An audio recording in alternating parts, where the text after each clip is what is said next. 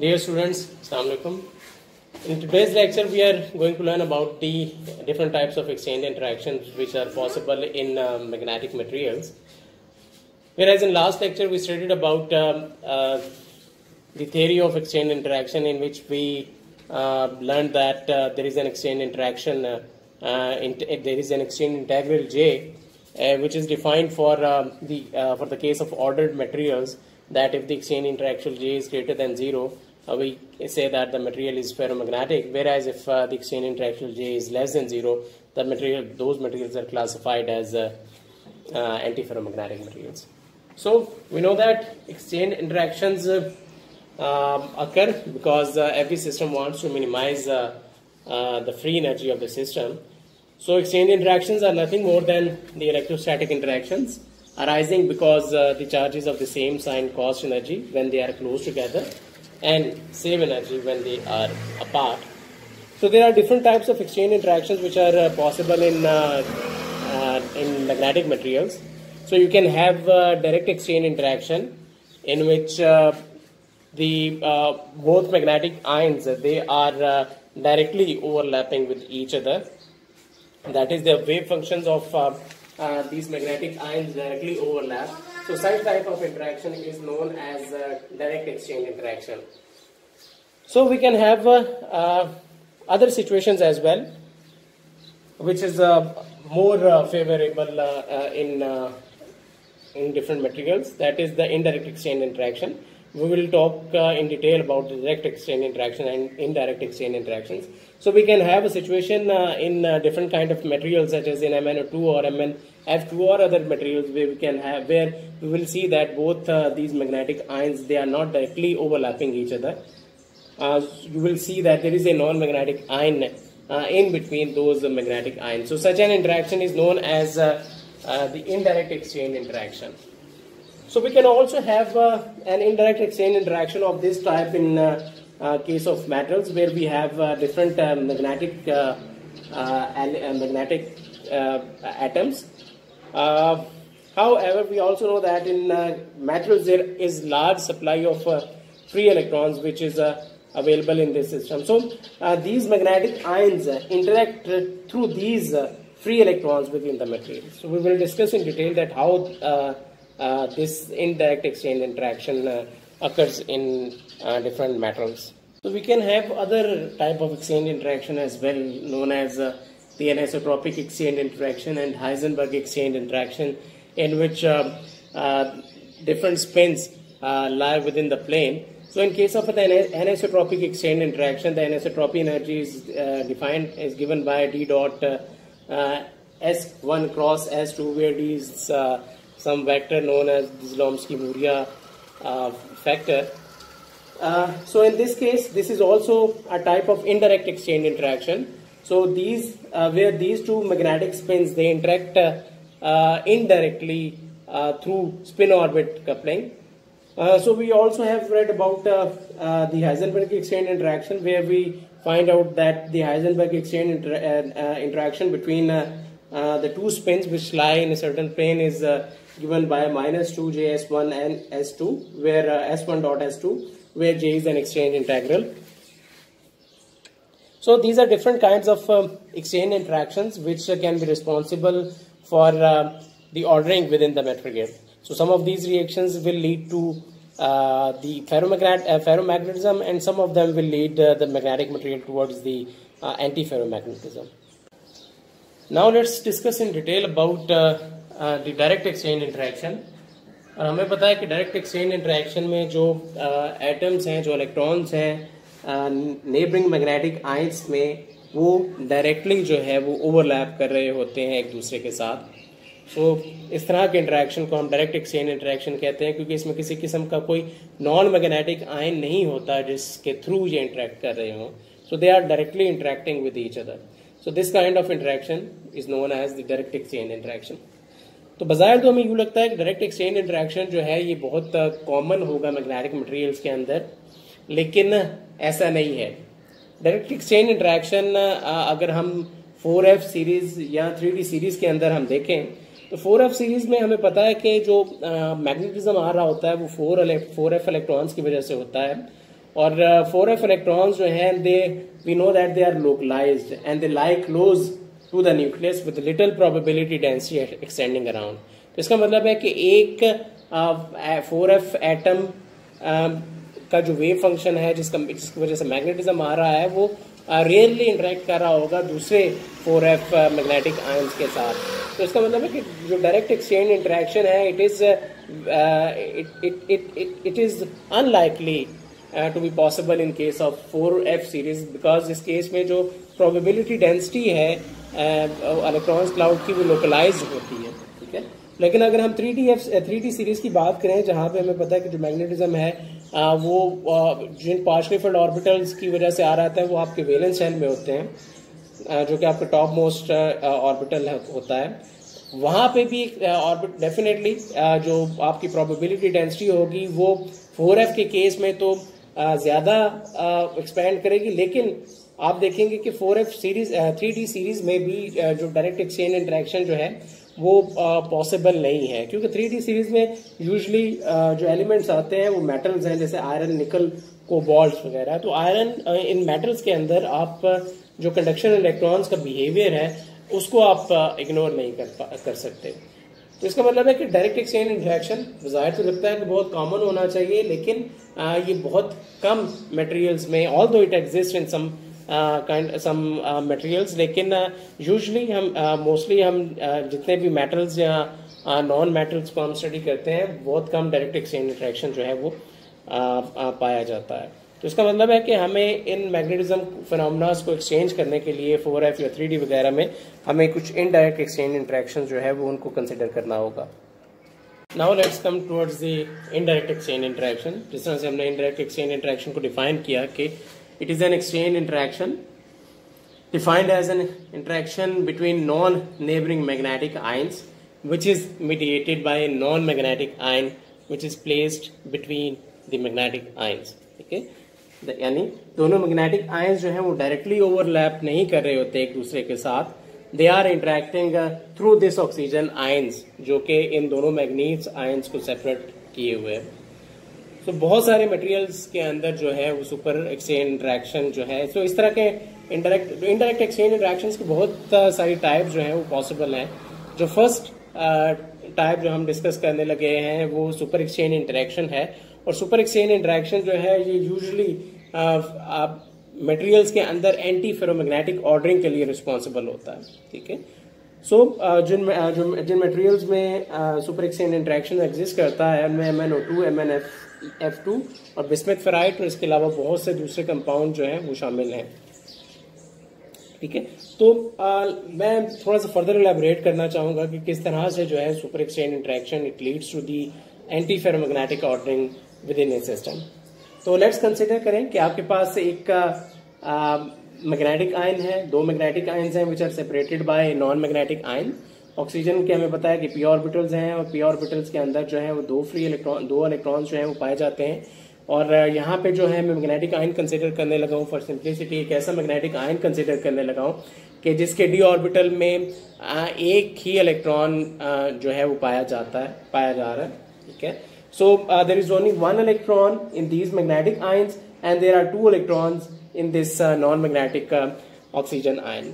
सो अगर मैं कहता हूं कि लेट्स सपोज के सिस्टम ने एंटी फेरोमैग्नेटिक स्टेट जो है, हमें ये देखना होगा कि ये वाली और स्टेट और ये जो मैग्नेटिक आयंस के स्पिन्स हैं इनमें आपस में किस तरह का रिलेशनशिप है। जैसा कि हम यहाँ पे देख रहे हैं कि ये स्पिन अप है और ये डाउन है, इसका मतलब है कि ये एंटी फेरोमैग्नेटिक ऑर्डरिंग को रिप्रेजेंट कर रहा है। तो अगर मैं ये कहता हूं कि अगर ये आपकी एंटी फेरोमैग्नेटिक स्टेट जो है वो स्टेबलाइज हो रही है इस सिस्टम के अंदर, जहां पे आपके d ऑर्बिटल्स के अंदर एक ही इलेक्ट्रॉन मौजूद है, बाकी से एक से ज्यादा इलेक्ट्रॉन हो तो उसको भी हम सिमिलरली ट्रीट कर सकते हैं। लेकिन ये समझने के लिए आसान तरीका है कि अगर आपके पास एक इलेक्ट्रॉन है, दो ऑक्सीजन के पास है, तो आपको पता है कि this down spin will force this spin upward and this up spin will force this spin towards the down spin because of the Pauli exclusion principal. कि जब ये आपस में इंटरेक्ट करेंगे पॉली एक्सक्लूजन प्रिंसिपल की वजह से आपको पता है कि एक ऑर्बिटल में दो स्पिन जो है वो सेम डायरेक्शन में नहीं आ सकती। सो मोर ओवर हम यहाँ पे ये भी देख सकते हैं कि this ground state can mix with the excited states B and C. तो बी और सी जो है ये दोनों एक्साइटेड स्टेट्स हैं, और एक्साइटेड स्टेट ये किस तरह से बनाई है कि यहाँ से एक स्पिन जो है वो होप करके आपकी इस स्टेट के साथ आ रही है। सो ये आपकी एक फर्स्ट एक्साइटेड स्टेट बन रही है। और होपिंग में होता ये है कि जिस स्पिन जो इसकी जो स्पिन होती है वो उसी स्पिन के साथ होप करके जाती है, मतलब कि उसकी डायरेक्शन चेंज नहीं होती। तो ये डायरेक्ट डाउन स्पिन इधर भी डाउन स्पिन में जाएगी और ये एक स्टेट बनाएगी, जो कि हमें पता है ये पॉली एक्सक्लूजन प्रिंसिपल के मुताबिक दो ऑपोजिट स्पिन्स के साथ इलेक्ट्रॉन जो है एक ऑर्बिटल में आ सकते हैं। And similarly this down spin, यहाँ पे फिर एक अप स्पिन रह गई, तो इसका मतलब है कि ये डाउन स्पिन अगर यहाँ पे आती है तो ये दूसरी आपके पास ये स्टेट बन रही है, जो कि ये पॉसिबल है। इसका मतलब है कि आपकी ये ground state it can mix with the excited state, ये अलाउड है। सिमिलरली आप यहाँ पे देखें कि अगर मैं और स्टेट बनाना चाहूँ, फॉर एग्जांपल कि ये इलेक्ट्रॉन यहाँ से होप होकर इधर चला गया है, ये इलेक्ट्रॉन यहाँ से होप करके इधर चला गया है, तो आपके पास ये सी स्टेट जो है ये बन जाएगी। तो यहाँ पे हम देख रहे हैं कि ये सी स्टेट्स भी जो है ये भी अलाउड है according to Pauli exclusion principle. तो इट मीन्स दैट इस सिचुएशन में आपकी ये जो एंटी ग्राउंड स्टेट है, एंटी फेरोमैग्नेटिक स्टेट, ये अलाउड होगी, ठीक है। वेयरएज अगर मैं इसी ग्राउंड स्टेट को मैं फेरोमैग्नेटिक कंसिडर करता, मतलब कि ये भी अप स्पिन होती और ये भी अप स्पिन होती, तो हम ये देख सकते हैं कि ये ग्राउंड स्टेट जो है ये एक्साइटेड स्टेट्स के साथ मिक्स नहीं हो सकती। किस तरह से कि अगर ये होप करके डाउन स्पिन वाला इधर जाता है, आपके पास ये सिचुएशन बनती है, और ये अप स्पिन आपके पास होप करके इधर आता है, तो आपके पास ये सिचुएशन बनेगी, ठीक है। तो आपको पता है कि सेम स्टेट के अंदर दोनों इलेक्ट्रॉन्स सेम स्पिन डायरेक्शन में नहीं हो सकते। तो इसका मतलब है this will be restricted by the Pauli exclusion principal. And similar is the case for this excited state, कि यहाँ पे ये तो अलाउड होगी लेकिन ये अलाउड नहीं होगी। तो इसका मतलब है कि आपके पास ये जो ई और एफ के केसेस हैं ये अलाउड नहीं है due to the Pauli exclusion principle, लेकिन यहाँ पे ये जो एक्साइटेड स्टेट्स हैं, these states can mix with this ground state which is anti ferromagnetic in this case, ठीक है। तो इसका मतलब है कि यहाँ पे आपकी जो ऑर्डरिंग होगी वो एंटी फेरोमैग्नेटिक ऑर्डरिंग जो है वो एग्जिस्ट कर सकती है।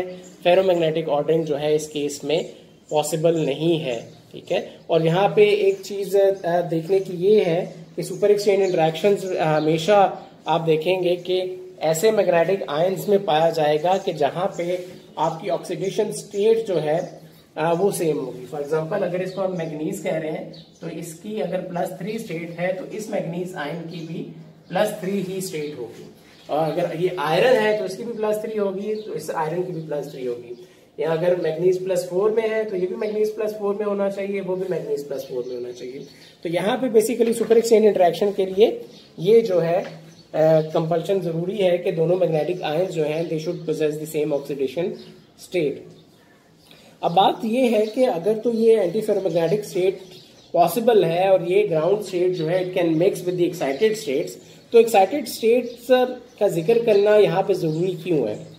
वो जरूरी इसलिए है कि हमें ये पता है कि मैंने कहा कि सिस्टम जो है एक्सचेंज इंटरेक्शन इसलिए होगा यहाँ पे सुपर एक्सचेंज इंटरेक्शन कि सिस्टम अपनी एनर्जी को मिनिमाइज करने की कोशिश करेगा by hopping within the material. मतलब कि ये इलेक्ट्रॉन होप करके इधर जाएगा और ये अगर इधर आ रहा है तो इसका मतलब है कि ये एक्साइटेड स्टेट्स बना रहे हैं। तो एक्साइटेड स्टेट्स बनने का मतलब ये है कि इलेक्ट्रॉन उस मटेरियल में पास कर रहा है एक मैग्नेटिक आयन से दूसरे मैग्नेटिक आयन की तरफ।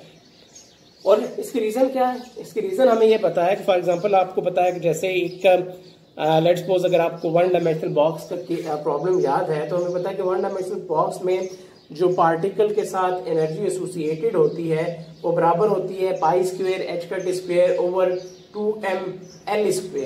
तो यानी प्रोपोर्शनल होती है उस 1D बॉक्स की जो लेंथ है उसके प्रोपोर्शनल होती है, ठीक है। इसका मतलब क्या है? इसका मतलब ये है कि अगर बॉक्स की लेंथ ज्यादा है तो पार्टिकल के पास ज्यादा लेंथ अवेलेबल है मूव करने के लिए, तो जो पार्टिकल के साथ एसोसिएटेड एनर्जी है वो कम होगी। अगर आप बॉक्स को स्क्वीज कर देंगे तो जो एनर्जी पार्टिकल के साथ एसोसिएटेड है वो ज्यादा हो जाएगी। तो इसका मतलब है कि यहाँ पे क्या हो रहा है कि आपका इलेक्ट्रॉन जो है मूव कर रहा है from one state to the other, इसका मतलब ये है कि आपका ये जो लेंथ पहले एल थी वो अब ज्यादा लेंथ में मूव कर रहा है. It means that it will do this because it will try to minimise the energy of the system. और जो एनर्जी वो मिनिमाइज करता है 1D बॉक्स के केस में, ये एनर्जी आपको पता है कि काइनेटिक एनर्जी होती है इलेक्ट्रॉन की. So an electron hops to minimise the kinetic energy of the system.